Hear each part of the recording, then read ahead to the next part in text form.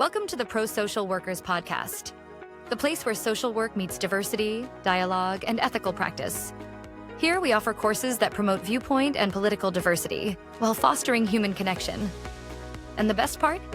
Our content is completely free to access. For professional social workers and interested others, we provide the option to earn continuing education credits with a simple fee after listening to our episodes. Go to prosocialworkers.com to learn more.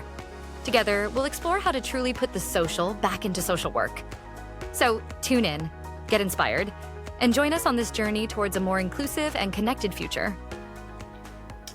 Welcome to the Pro Social Podcast. My name is Matt Watson. I'm the Executive Director of Pro Social Workers, and thank you for joining us today. I'm joined today by a licensed clinical social worker, Paul Stayback, and he and I have visited over the years about viewpoint and political diversity in social work practice. And Pro Social Workers is a subsidiary of the Institute for Liberal Values, where we try to have conversations that matter.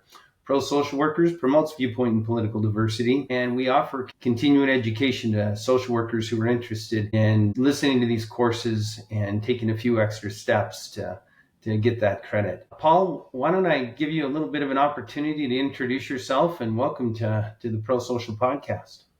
Matt, thanks for having me. I really appreciate it. So like I said, I'm a licensed clinical social worker out of Washington State, also licensed in Idaho. I'm a veteran, combat veteran, joined the Army Reserves in 2001, was in basic training on 9/11, and then several years later joined active duty, deploying overseas as a medic as part of the surge. Went to college after that using my government benefits, and eventually landing where I'm at today thanks to those programs. Previously, I've been in construction, I've been in sales. In my professional career in social services, I've spent a lot of time working with veterans, child protective services, child-focused clinician. I've been a co-responder or embedded social worker with law enforcement, as well as worked in the courts in case manager in county corrections, as well as mental health probation and veterans court. My entire career in social services has been largely, at some point, I've had one foot in the veterans world as well. In my current practice, I focus on males, adult and adolescent males, 13 years of older, first responders, emergency services, military veterans, and firearms owners. That's great. It's kind of an interesting group that you serve there, and certainly interesting experience as well. Sounds like you've got a vast array of life experience as well as professional experience. Tell us a little bit, Paul, about how you got into social work. What drew you to the career and to this particular discipline? I chose poorly is how I ended up here. I start years and years ago at 18. I started my my education path trying to go into law enforcement. And then after the military, I realized I didn't want to wear a uniform anymore. It's not what I wanted to do. Went to school to be a teacher because I had coached sports. I liked instructing. And in my education program, they weren't teaching me how to teach. And I didn't like that. So I switched to sociology, got my undergrad in that. And first job with that was a caseworker for veterans in the state employment office, and realized I wanted to be able to do more to help the folks I was working with. So went to grad school, and against advice of a mentor, I got my MSW because I thought it was the most versatile degree. And it just kind of went from there, wanting to gain more skills to be able to do what I do better knowledge base. And every job I've taken has kind of been purpose like that, and then trying to identify, working in the areas that I do where there were kind of gaps in coverage and trying to fill those. Finally ending up with my private practice, looking at my buddies who had served, guys who I knew from emergency services, the issues they were dealing with, the services they weren't getting or they weren't seeking, and the reasons they might not be, and then trying to be the clinician that they would seek out. Great, very good. And obviously, different people have different perspectives on clinicians and who we are and what we do. And so that's interesting that you tried to appeal to a population that sometimes isn't necessarily drawn to seek professional help like ourselves. Is that fair to say?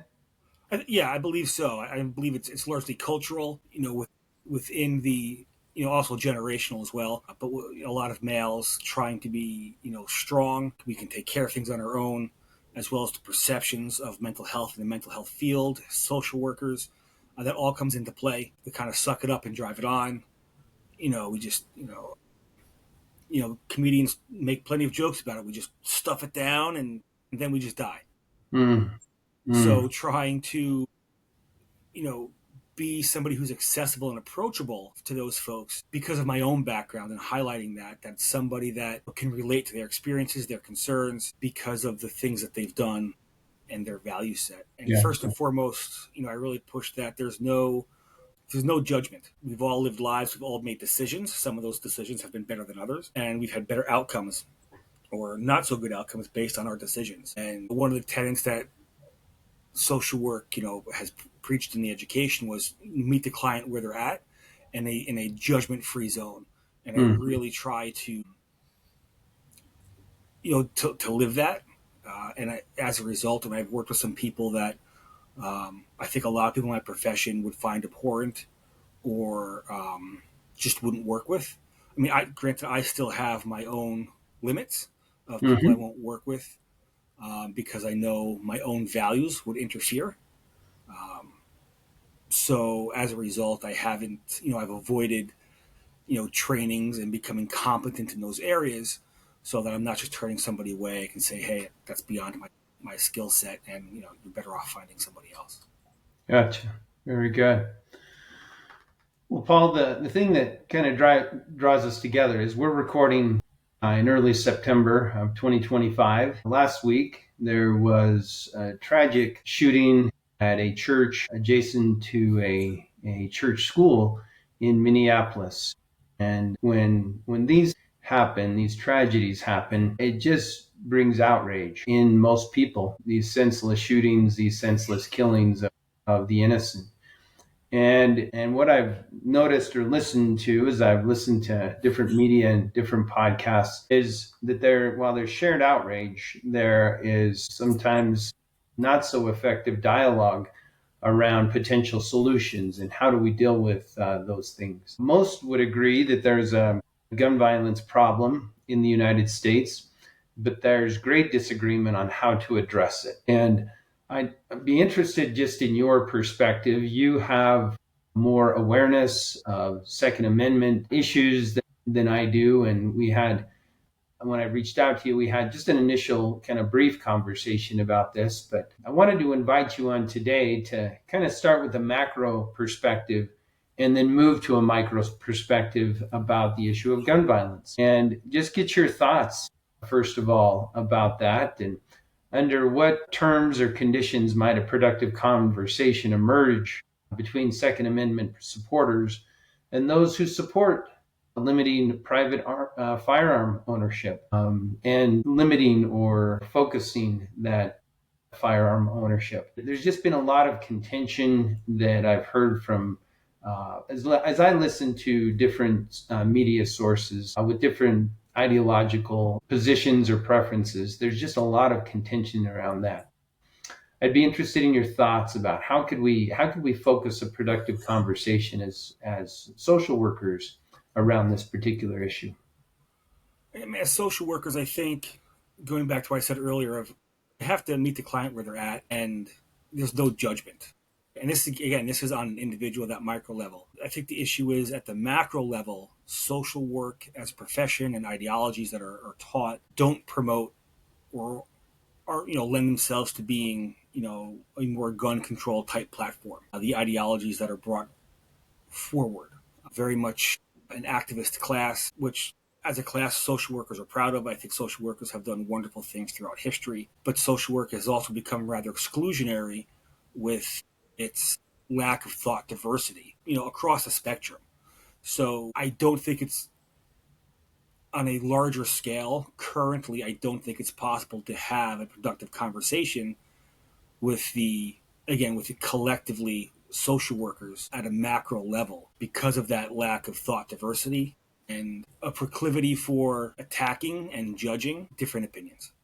Very good. So describe that a little bit. What would it look like if there were, on a more macro level, if within the profession of social work there was more viewpoint, political diversity, more diversity around the issue of Second Amendment issues? What would that look like? It's a good question. I don't know. I can only try to extrapolate from other conversations I've seen, if that makes sense. Sure. There's lots of issues within society that are currently hot button topics that are controversial. Immigration is one of them, and there's a conversation going on within the professional community about, hey, should social workers be working with ICE? Yeah, I saw that. And whether or not you support ICE's mission, or whether or not social workers, and this is my opinion, of course, agree with the way ICE is being directed, or the current administration is enforcing immigration, I don't think it should matter, because ICE is encountering people that will need assistance, right? Their families, their loved ones, their extended community. So why wouldn't you want to have a social worker there? You're not supporting their mission, you're supporting the people and the individuals and families that ICE is encountering. And when you are in the system, you have a place at the table and you have a voice. So by saying that, hey, I think the faction says no, social workers should not work with immigration, should not work with ICE, what they're really saying is they don't want a place at the table, and they don't want to have that inside view. And bringing it to anytime you are on the inside, you see a different perspective. It doesn't mean that you end up agreeing or supporting the mission or how it's being carried out, but you can have better conversations because now you can speak the language that those people are using, the definitions. You can see what they're seeing, you know what they're taking into consideration and how they're actually functioning. So that allows conversations to have, plus you're sitting there. And when you're sitting next to people all day long, it's no longer just an ICE agent. It's, supervisory agent, Bob, or, Agent Jane. And you can humanize them.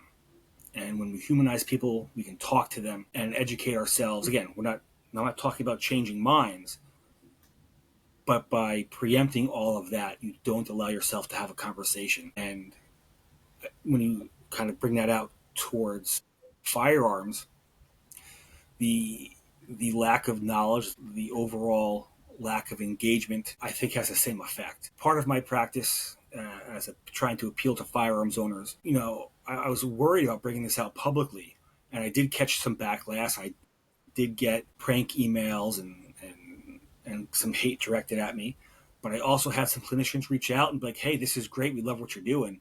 I agree with you, but I can't pick my head up because I'll get whacked down like whack-a-mole. And that's what the profession does. That's what the social work framework and those within it do. It's it's kind of a heckler's veto, though at this point it would be the majority, at least as I can tell, of the profession. So by not engaging and just kind of stamping our feet and yelling, all we do is create more turmoil. We don't have conversations. People don't want to talk to us, and we get discounted. There's lots of things that could be done. The devil's always in the details, and by not not wanting to be part of the conversation, you're excluded from it, and nobody's listening to what you have to say. Interesting. So not surrendering or maintaining our seat at the table, if you will, engaging people whose viewpoints may be different than our own, making sure that we're humanizing people that we serve, institutions or organizations that we serve, making sure that we don't dehumanize them or objectify them or mock them. I think that's something that I noticed as I was listening to some of these. The popular media, it just seems, doesn't often take the nuanced view. And I don't know why that is. Perhaps as humans, we're more drawn to, the confirmation bias or listening to people or echo chambers, listening to people whose viewpoints are our own. And we don't often take kind of this point, counterpoint approach of dialoguing across differences, steel manning somebody else's perspective or argument, in the words of some, star manning them, not just strengthening their or articulating their position, but trying to strengthen it with them or help them articulate that more clearly. I would agree with you that in some of our experience within social work practice is that there is a fairly significant, I don't know if it's majority, but those who take an activist role tend to speak the loudest. And we are not seeing the traditional social work dialogue, the interaction, excuse me, between people with differences. I think that is what kind of comes to mind to me in what we're seeing with the environment that we're living in right now, the social work environment to some degree. But at the same time, you know, and I and my colleagues within pro social workers, you know, there's been a lot of interest, and we have generated a lot of interest in following in facilitating these conversations that matter, both within pro social workers and the Institute for Liberal Values. And I think there's room for that, these kinds of conversations to emerge when we don't necessarily take an activist position, even though we are trying to bring about some type of social change to mitigate gun violence. And I think we're seeing some impact, and we hope to continue to see some impact around this particular issue. So I'm really glad that you are joining us for this conversation. It's an example of what we're talking about, of your willingness to speak up, and even if you get the whack-a-mole treatment. Yeah, I mean, it's important to the people I work with. It's important to the people that are close to me. There's nothing lost by engaging. We only lose by not engaging. Right. We only deny services to people, even though we preach everybody needs services. You bet. So more than happy to do it. You know, you had talked about, hey, you know, what the media amplifies what they say. Well, nuanced conversation can't happen in 30 seconds. Mm-hmm. Nuanced conversation can't happen in a 1 hour TV show with a panel of 5 people. So as people are making arguments, they're sweeping statements, they're sound bites. It's how do I get my next click? It's how do I get elected? How do I generate dollars either for election or to fund our efforts? And nuanced conversation can't happen in that environment. So it's kind of like if you want to bring about a solution to this, you've got to be willing to have nuanced conversation. You've got to put public safety, individual safety, you got to prioritize that over being elected, over being clicked. You have to recognize that you're going to have to deal with people who have different perspectives than you do. That said, what do you see some common ground? What do you think, if we were to have nuanced conversation, good faith conversations, what would that look like in terms of, you know, similar perspectives? I don't know if common ground is the right term, but what is it? What is it that these different factions of wanting to address gun control, either through limited access or punitive measures towards the mentally ill or those who experience a mental illness? What does that look like in terms of common ground, or what do you think might be a starting place, if you will? Sure, I think common ground is a huge one, and the one I always go to is, you know, the gun control and gun rights, for lack of a better term, individual rights around firearms. It's really just opposite sides of the same coin. And if we can get people to agree on that, that's a great starting point. And that is, people want to be safe or feel safer. People who try to limit firearms ownership want people to be safer. And they feel that, again, painting a broad brush here, right? But for people to be safer or feel safer. And one way to do that is less firearms. Okay. On the other side of the coin, people still want to be safe and feel safe, and they believe that, hey, having firearms makes me more safe. So they're approaching a problem largely from the same point, but just different sides of it, right? There's that famous drawing of 2 people with a 6 drawn in the middle, or 9, depending on what side you're looking at it. They're looking at the same thing, but just opposite sides. And if I can get, when I'm talking to people and say, you know, and I can get them to the point where it's like, hey, it's for safety. Great. We can start there, because I think there's arguments to be had on both sides, and then balancing acts have to happen. That's where I start when somebody would want to engage with me on either individual rights with firearms or gun control. Gotcha. So safety, focusing on the shared interest in mutual safety. Is that right? Is that kind of, if we were to focus on that? So let's maybe steelman or starman both arguments. Those who believe that gun control is the way to safety, what would you say they're trying to? How would you describe, or how would you articulate their position? That, less firearms in the community means the community is safer, in a nutshell. Less firearms in the hands of private individuals, or specific firearms not in the hands of individuals, means the community is safer, or that they are safer in their community. Okay. Now, counter that. Give a counterpoint to that position. Well, I would say the other side of that is that individuals who believe that if I have a firearm, I am safer and I can help maintain my own safety and security. The idea that when when you only have seconds, help is minutes away, right? That's one of the big sayings in firearms rights community, right?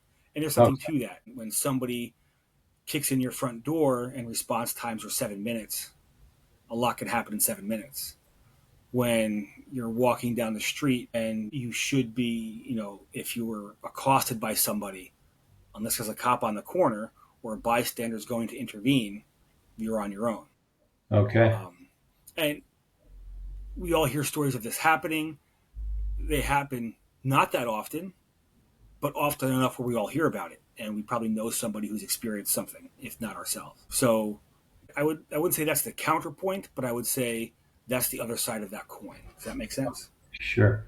So those who would prefer gun control would say that if there aren't, we minimize violence by minimizing guns or access to guns, or unfettered access to extremely powerful guns that exceed the capability of law enforcement themselves to use. That if there are no guns, if guns were eliminated from the community, we would minimize violence, we would reduce violence. And if I'm hearing you correctly, the counterpoint is that if we depend upon law enforcement to keep us safe, we are vulnerable. There's an extreme vulnerability between the period of time that we summons law enforcement to protect us versus the period of time when they actually arrive and help. And it doesn't take more than a few seconds for someone to arrive, for someone to perpetuate violence.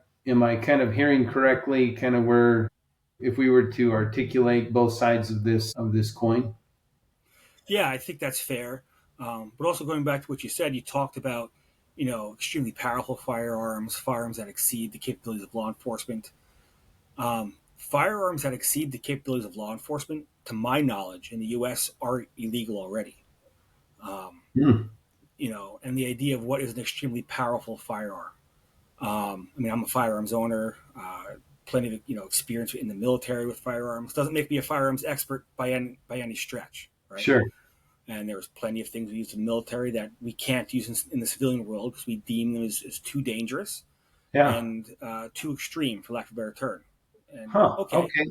So can I ask you about that? Because that was one of the media outlets that I was listening to. They were talking about, I'm not a firearms aficionado. So they were talking about like an AR something or other. And, anybody could go to the store, into a gun store, and purchase an AR or something or other, put it in the back of their trunk, and then sell it to someone else or use it themselves, and that exceeds the capability of most law enforcement agencies. Is that an accurate position?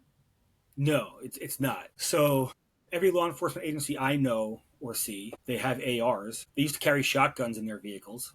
Like I grew up with law enforcement in the family, and they all had a shotgun in the vehicle. Now most law enforcement agencies that I've seen, they have ARs and or a shotgun and less lethal, like beanbag rounds, things like that, or shotguns specifically for beanbag rounds. Okay. They're the particular rifle or that style of rifle is the most, the the the gun rights groups will tell us, hey, it's the most popular rifle in America. Modern sporting rifle, it might be called as a class. And I would tend to agree. It is a pretty ergonomic firearm, the way it's set up. It fits multiple body styles and frames. So it's more adaptable to the individual, right? If you remember, back in the 70s, I was too little. I saw it when I was a kid, but like the Dirty Harry movies where he had this huge, revolver, right? I think it was a 357 or 44 Magnum with a long barrel. Mm. And I believe Clint Eastwood's a pretty big guy, Mm. well over 6 foot. But you try to have a more petite male or a small woman use the same firearm, it might be too big for them. Mm. But it was a pretty powerful handgun. Okay. So the AR model, being the most popular, has been popularized for lots of reasons. Uh-huh. It's quote unquote anybody could use it because the size of it or how it can be adjusted to fit you. Does Gotcha. that make sense? Sure. Sure. So trying to kind of facilitate this dialogue between gun owners and or gun rights advocates and those who are suggesting gun control is the appropriate or proper approach. Trying to help focus on the mutual interest in safety, trying to focus on the mutual interest in public safety, individual safety. They oftentimes appeal to the Second Amendment. And I'd like your thoughts on that, that the right of the people to keep and bear arms shall not be infringed. That is, I think, commonly known among many people as kind of the basis of the Second Amendment. Whereas the first clause of the Second Amendment is a well-regulated militia necessary for the safety of the people. I think I can't remember the exact verbiage, but it's not always discussed. And I'd be interested in your thoughts on regulating gun ownership. Should gun owners be limited to those to certain classes or certain circumstances? What does a well-regulated militia mean, or what might that refer to? Well, it's beyond my scope as a social worker, right? I mean, I'm not a constitutional scholar, not a Sure. lawyer. Well-regulated militia, right? Shall not be infringed is a question that is constantly litigated in all 50 states, right, and Yeah. continues to be. So, Yeah. I want to preface that, right? Right. I mean, the militia, going from memory, by the way, I Yeah. apologize. It's Me too. basically, Exactly. essentially all able-bodied males ages 17 to 45. And well regulated. You have the organized and the unorganized militia. The organized militia at this point, I believe, is considered to be the National Guard. Okay. I'm no longer in the militia because I'm older than 45. Don't tell anybody. But so, you have organized and unorganized versus regulated and unregulated, Okay. or well regulated and less regulated. Okay. And these are the things that lawyers are going to lawyer, right? Yeah. But in my time in the courts, I hate it. It's what is the meaning of is. Yeah.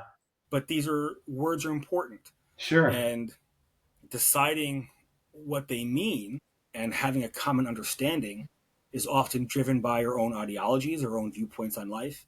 Okay. Even the question you asked earlier, like, hey, these powerful weapons, and I would say, okay, what makes it so powerful, right? Because if we don't agree what we're talking about, how can we have a conversation and understand each other, That's where right? nuance comes in. Yeah. Yeah. Something can be a powerful intoxicant, but maybe it's your Coors Light, whatever it is, versus some hard liquor. It all depends on what you're talking about or who you're talking to. Mm. Is it cannabis or are we talking heroin? So knowing what we're talking about and having those common understandings and kind of setting the parameters so that, again, we're talking about the same things is important. Right.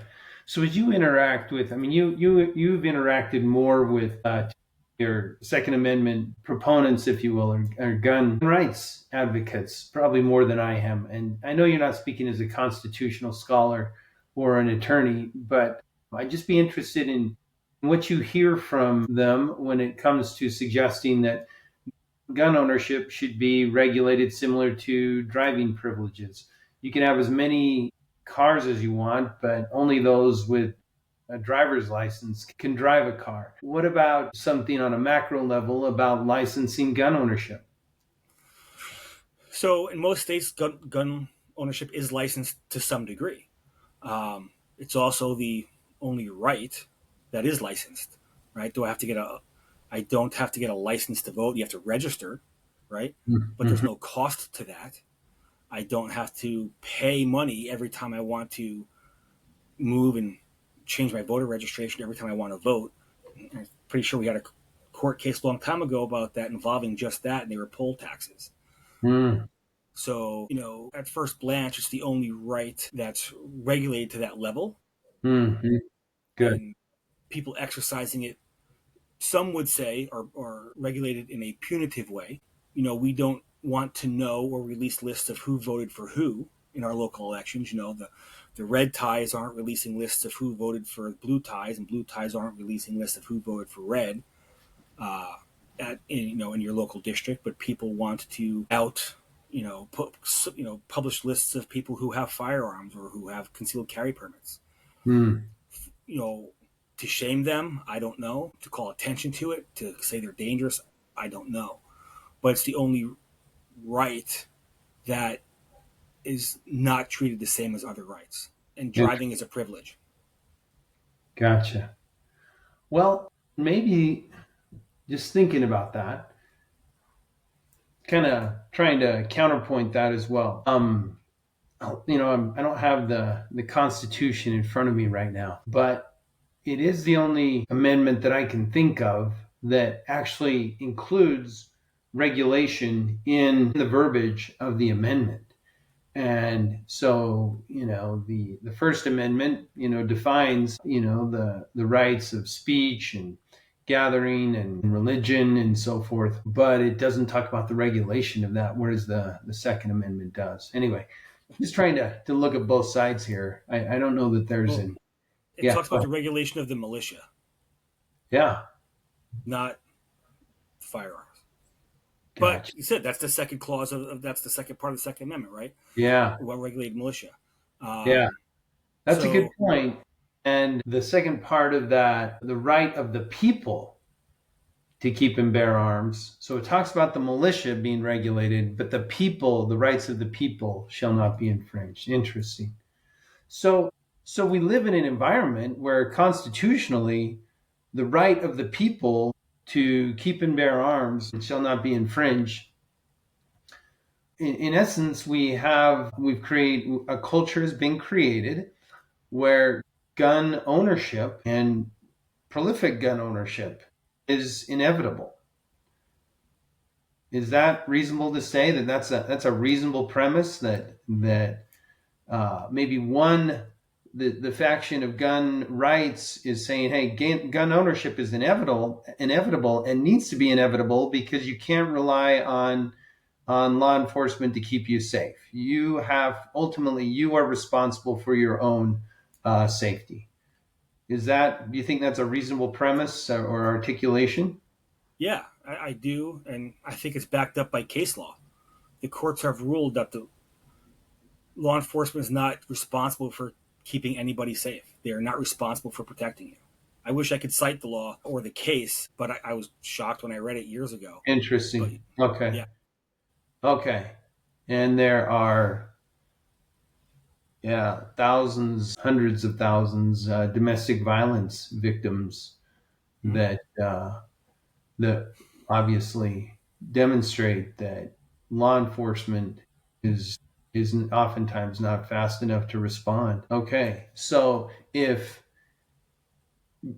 I think those who would suggest that we regulate it more effectively, they would dispute that and say that gun ownership is not inevitable, that we should live in a society where people are safe, and safety should be our first right.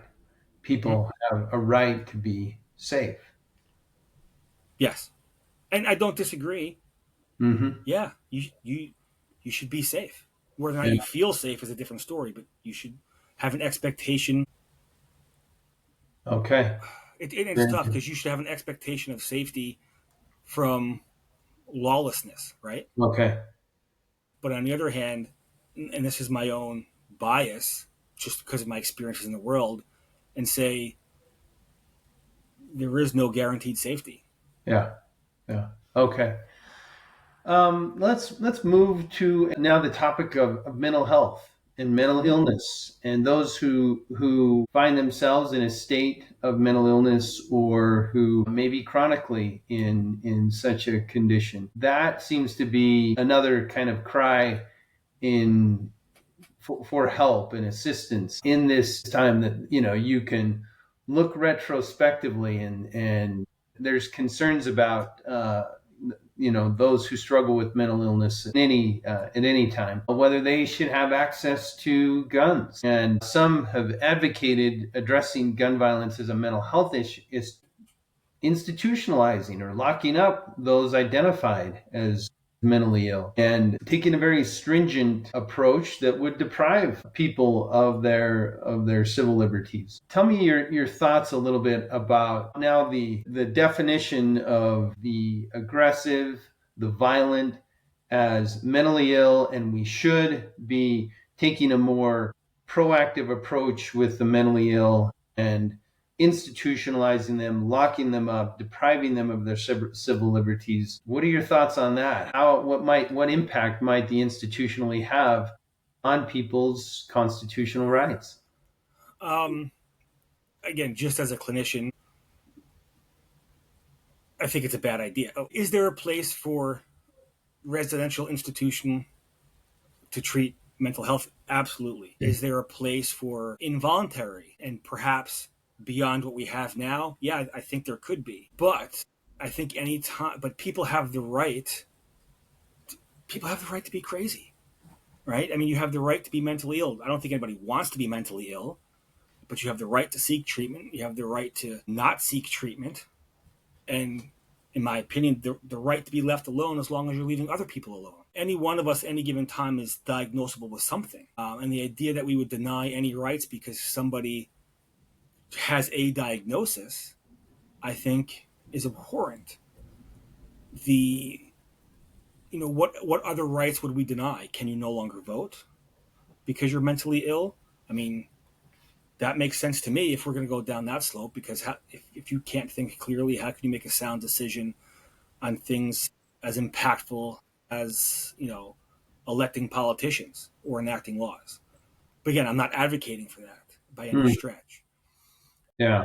I think in the last couple of days, I've heard some say that some have made a call to ban people who are transgender from owning firearms, Hmm. and I think that is a knee-jerk reaction to some recent high-profile events that also is wrong. So what I tell people with mental health, and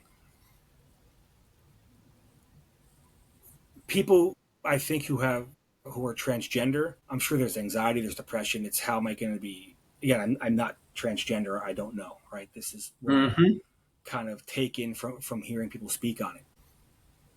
And I have some people close to me in organizations and whatnot who are transgender, and they're Yeah. still at a minimum not even touching by dysmorphic disorder, because that is Mm-hmm. not a diagnosis I'm Your gender overly familiar dysphoria. with, right? Yeah, gender dysphoria. But anxiety, how the society is going to interact with them, how they're going to be Right. accepted, how they're presenting at a minimum, at some level, at some point. So, should somebody with anxiety be denied a right? Should somebody with post traumatic stress be denied a right? And if that's the case, and I've heard that advocated for people at the VA, Mm-hmm. which, and I've been involved with the VA on committees, and I found it abhorrent. But if we're going to do that, how many officers have PTSD from what they see daily? And now we're going to disarm law enforcement as well. Some Mm-hmm. people want to disarm law enforcement or abolish it, but that's not the answer. Yeah.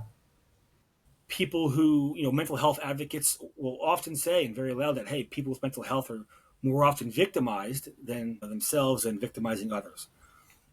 Maybe that's true. I don't know the statistics, but I absolutely would agree with it, because how many people walking around have some kind of diagnosis that we don't know about, Mm-hmm. unless they're exhibiting outward signs, responding to internal stimuli, right? Mm-hmm. Whether it be auditory, visual hallucinations, or they're delusional. Those are the ones that we can see, right?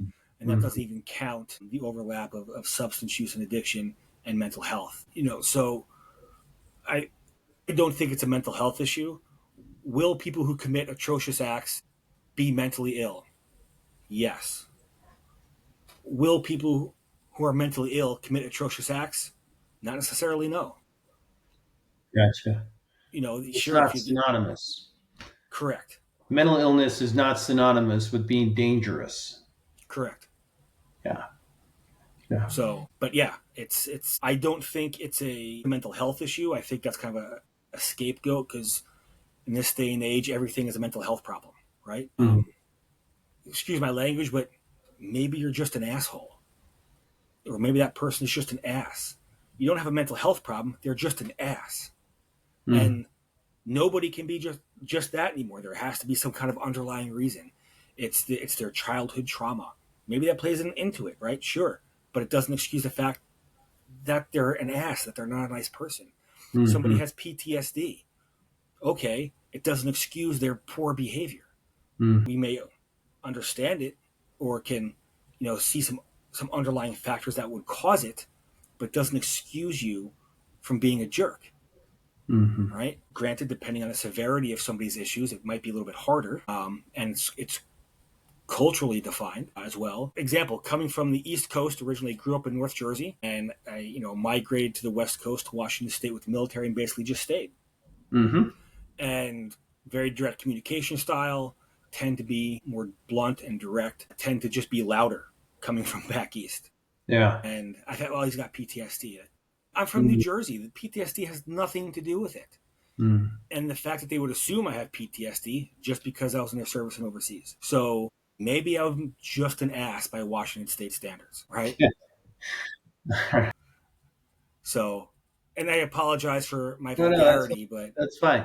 So these things are not necessarily synonymous. If we deprive people of their civil liberties, their constitutional rights, because of what is a legitimate condition or circumstance, illness, if you will, you're going to have a lot of false deprivation, depriving people of their rights, improperly doing that in an accusatory way. And at the same time, if you depend on mental illness as criteria for institutionalizing or incarcerating someone, you're going to miss a lot of people who do not necessarily have a mental illness but act in a state of rage or in an emotional condition where they I don't know if you want to call it lost their mind, but they have been fine in every other aspect of their lives, but they had a moment where they were simply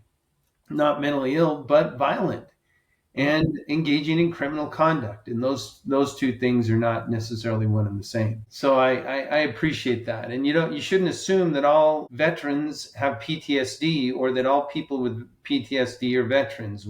There has to be some recognition of the differences there. So at the beginning of our discussion today, you alluded to how those who oftentimes use and possess firearms because of some socialization about masculinity and different things, there may be stigmas associated with seeking help when you're a gun owner. You know that, hey, I'm not doing so well right now. How can clinical practice appeal to more firearms owners who may struggle with mental health from time to time? like anything else, I think you need to gain some, for lack of better terms, some cultural competency, right?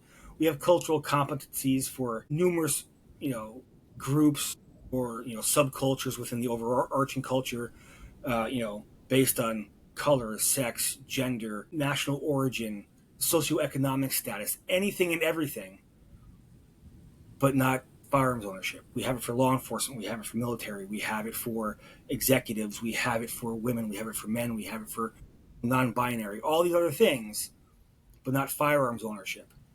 And firearms ownership crosses all of these groups. Everybody in these groups is a firearms owner, a segment of. Mm. But nobody, quote unquote, nobody wants to do, cultural. There are groups out there that do it a little bit and do a good job. But when I brought it up to the NASW, I was told, no, Okay. that's not what the membership wants. And it blows my mind. Okay. So describe that a little bit. We, just have a few minutes left here. Maybe we need to do a follow-up discussion about specifically about that. Can you give us maybe some bullet points or some key things that social workers or others need to be aware of in working with people who own firearms? I think, number one, it's everybody in any group. I mean, if you look at the numbers, chances are you're going to encounter a firearms owner in your day, Mm-hmm. right? So why wouldn't you want to have some cultural competency with somebody who you're going to interact with every day? Yeah. Okay. Why wouldn't you want to have some cultural competency on something that you might think is inherently dangerous, Mm-hmm. but having some cultural competency around might make you able to act in a safer manner should you be around it? Okay. If your profession is seen as denigrating or downgrading something that people, and that's a barrier potentially to them seeking treatment or being open and honest with you, why do you want to maintain that barrier? Now, that does not mean to say that you need to sit and discuss, how their training session went at the range, Mm-hmm. or what their favorite firearm is, or what they like to shoot for various reasons, unless it's, germane to the conversation. But by not being open to any of that and by allowing people to continue to be apprehensive about exposing that part of themselves, you are not allowing them to be their genuine selves. I know plenty of guys who go to the VA, and the VA, as far as the VA is concerned, they own no firearms ever. And they've got a safe full of firearms and go shooting every weekend because they're afraid of losing their rights. They're, there was, I was on a committee at the VA out of the Puget Sound area, and I brought an issue up because I had a client, and I had who they lost their gun rights, or they almost lost their gun rights because they had volunteered for a fiduciary program. They may have some compulsive spending issues, right? Mm-hmm. I ran into this across various issues and various things I did with casework and just helping vets. So I'll use the term client loosely.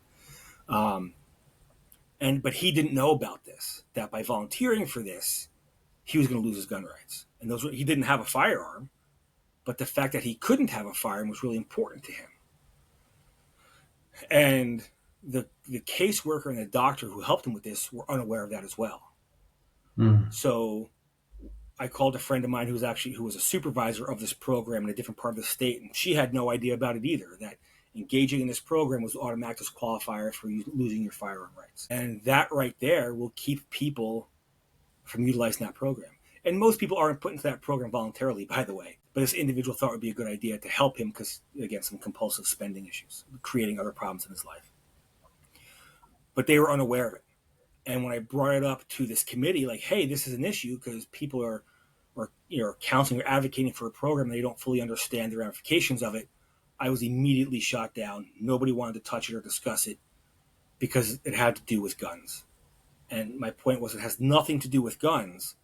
It has everything to do with a program that we may advocate or we have affects a right people have or civil liberty, and the people who are administered don't even know it.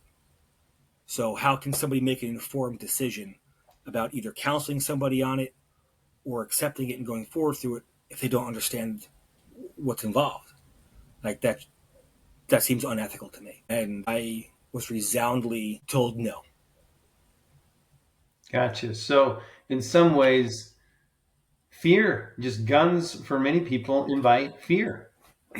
If you are familiar with guns and know how to use them, you and know kind of some guidelines for their use, the best practices, you are going to not be afraid of it, but be able to speak confidently about that. That's one way that someone could, firearms for professionals or for social workers, if you will, just knowing a little bit about it can help invite some confidence so it can be spoken of coherently and with confidence. Being familiar with constitutional law, you don't have to be an expert, you don't have to be an attorney, but if we are as familiar with the Constitution as we are with the NASW Code of Ethics, we can recognize that there is room for order, not only in the profession, but in our broader society. I wouldn't say familiar with constitutional law, but familiar with how people's views on it and how it affects them Yeah. personally. Okay. How do you tell somebody who grew up, hunting with dad every deer season and, or, being taught how to shoot in 4-H or in Boy Scouts and now, which is, in the Boy Scouts, even though they've had some troubles over the last few years, are pretty culturally ingrained. Right. Family traditions, and now you're going to tell them that that's wrong or bad. When inherently it's, saying inherently it's not is a values judgment, but there's nothing illegal about it. Time-honored traditions within families, but you're going to discount it when we will make excuses for other things. So you're just excluding people and discounting their experiences. I hate the term, it's their truth. We'll use it in other aspects, but we'll deny it for firearms owners when it's part of their culture and their family and their belief system. So again, the ideologies that I think permeate social work education skews very much one way and doesn't leave room for other things. And it's not consistent. We'll make excuses based on culture for people over here. Yeah. But we're not even going to allow conversations based on cultures for people we disagree with or ideas that we don't.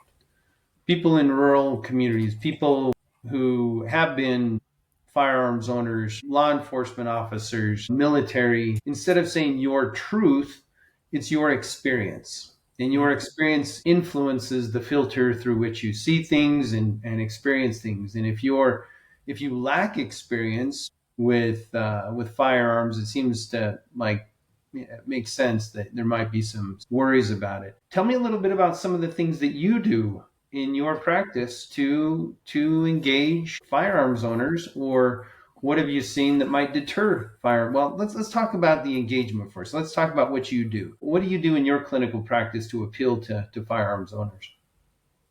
At the most basic level, I identify myself as a veteran because I'm trying to work with veterans as well. And being a veteran, I've been around firearms. It doesn't mean that that in no way indicates that I maybe support gun rights or gun control, because there are plenty of veterans on any side of the political spectrum that have different opinions, right?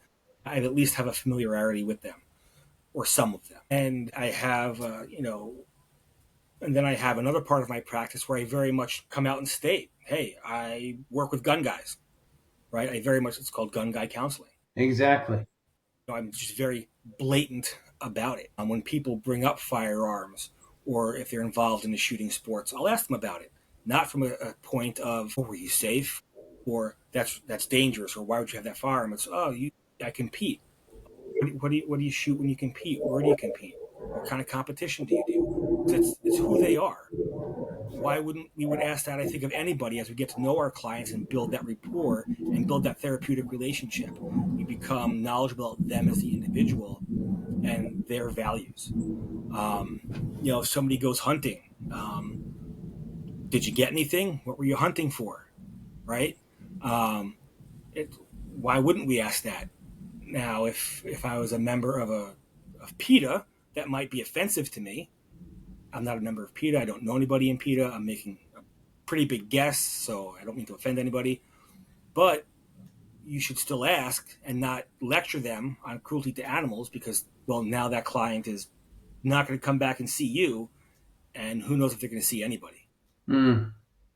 Got you. Kind of have our limited opportunities or windows of opportunity. When people come and see us, we want to make sure they feel understood, accepted, and not judged. Yeah. Great. So showing interest or just asking about what things they might enjoy doing, and if hunting or shooting is one of those things, then great. Then you engage in what their interests are. Yeah. Very good.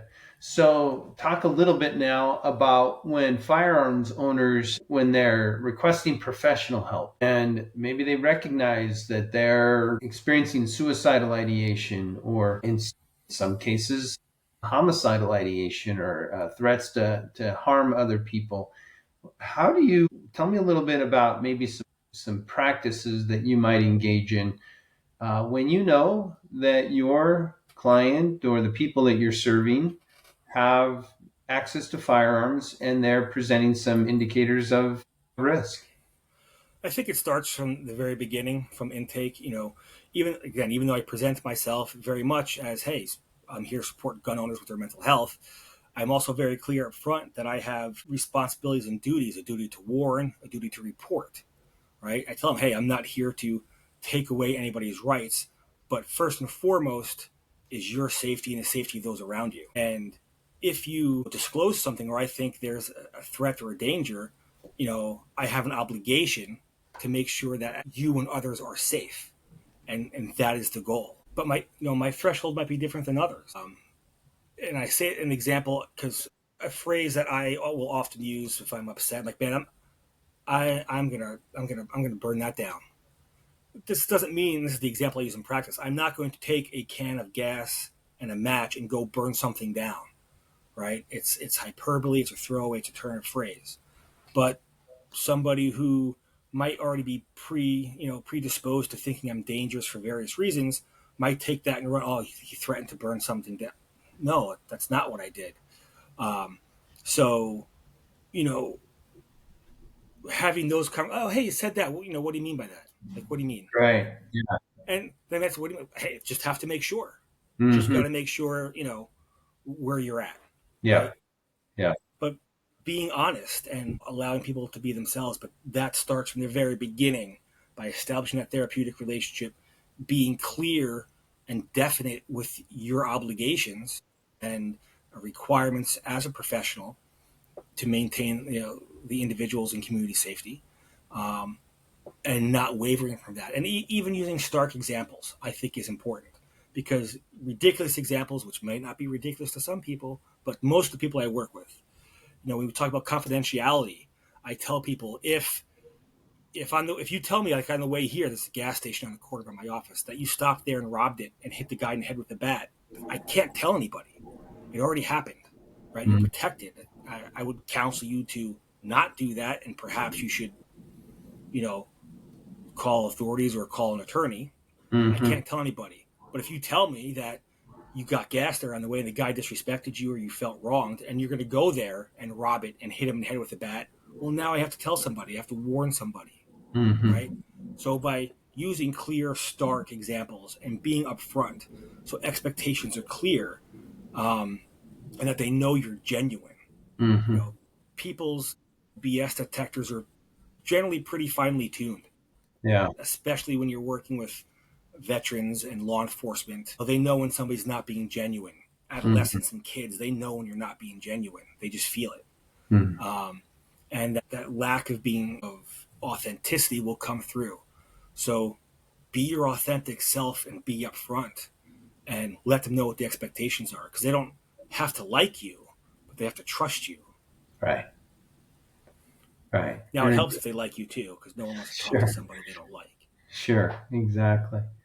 Well, and do you think it makes a difference if they know that, maybe just the state you're in, let's have you limit your access to firearms temporarily, that by doing that, it's not a permanent surrender, a permanent condition, but at least until we can get you stabilized and in a better state of mind and heart, that are there things that you do to kind of facilitate that when there's a need to work with a So client and changing their access to firearms? sure, we encourage them to, and this is where knowing the laws of where you're at is important, right? Because now if you're transferring a firearm, even for your safety, is it legal? Can you give it to your best friend so you don't, kill yourself? Is that legal? If you turn it into law enforcement, can they take it and do they have to give it back to you?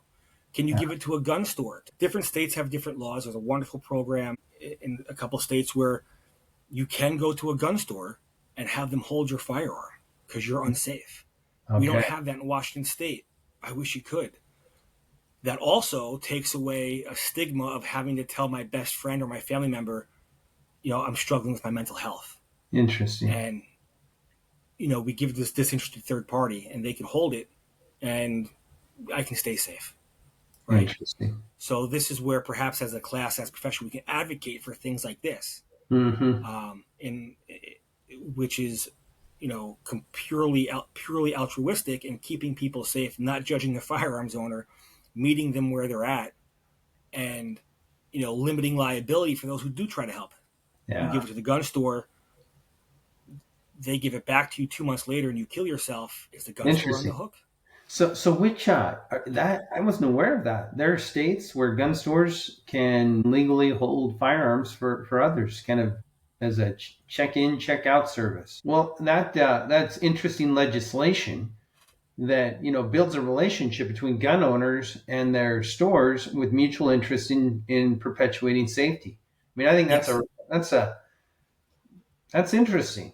I mean, that's Yeah. a macro approach that could really make a difference Yeah. for some. And listen, gun dealers, they don't want their customers committing crimes. It's Right, bad for business. They don't right. want people getting hurt, and they don't Yeah, want their customers killing themselves. Like, interesting, they have a vested interest in people being safe with their firearms. interesting. Yeah, yeah, that's great.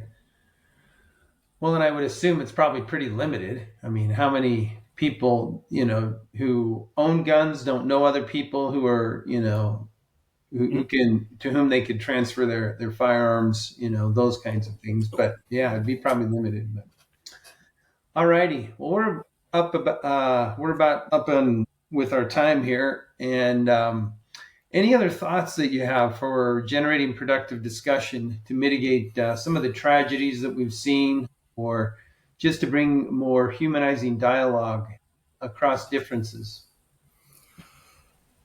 People need to, like so many things in society, we need to stop yelling at each other and start talking to each other and make an effort to understand what we're talking about, down to the literal thing and the definitions we're using. And there is no quick fix. Violence is not a gun problem, it is a people problem. I mean, I have other theories that, too short on time to bring in. And theories more questions than anything. A quick example. If you want Mm-hmm. to look at the school shootings issue, right? Like, I'm Right. curious, when it became an issue, how far long after the zero tolerance policies for fighting in schools or violence in schools, right? When I grew up, nobody was bringing guns to schools. You you'd fight, and for the most part, it would be done, right? And somebody got in trouble. Maybe you both did, but the guy who started it got in trouble more than the guy who defended himself. Now everybody gets in trouble the same. So we Mm-hmm. tell people, we tell kids, well, I can't defend myself. I can't stop it.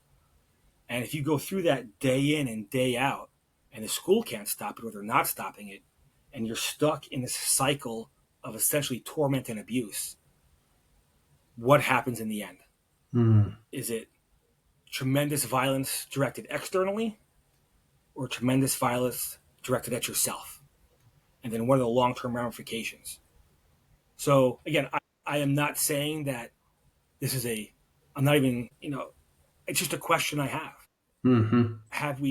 Did we take a step that absolutely, did the opposite of empowering people and make them completely dependent on others and therefore perpetuate more violence, whether it's directed inwardly or outwardly? Mm. It's Yeah. just a question I have. I'm curious. Yeah. I'm curious. Well, and how much of gun violence within schools occurs between students or between those, adults or others who just come in and perpetuate havoc? Yeah, lots of good questions. Paul, thanks for your taking some time, sharing your thoughts, identifying some of the challenges that we face, and as social workers, the need to become more aware of gun ownership and how to appeal to those who may have firearms and how to help them in responsible ways. And I think ultimately that's what we're trying to do. So thanks for your time. And we appreciate everyone who's listening and participating in this course on mental health and firearms. So thank you very much. Thank you for having me.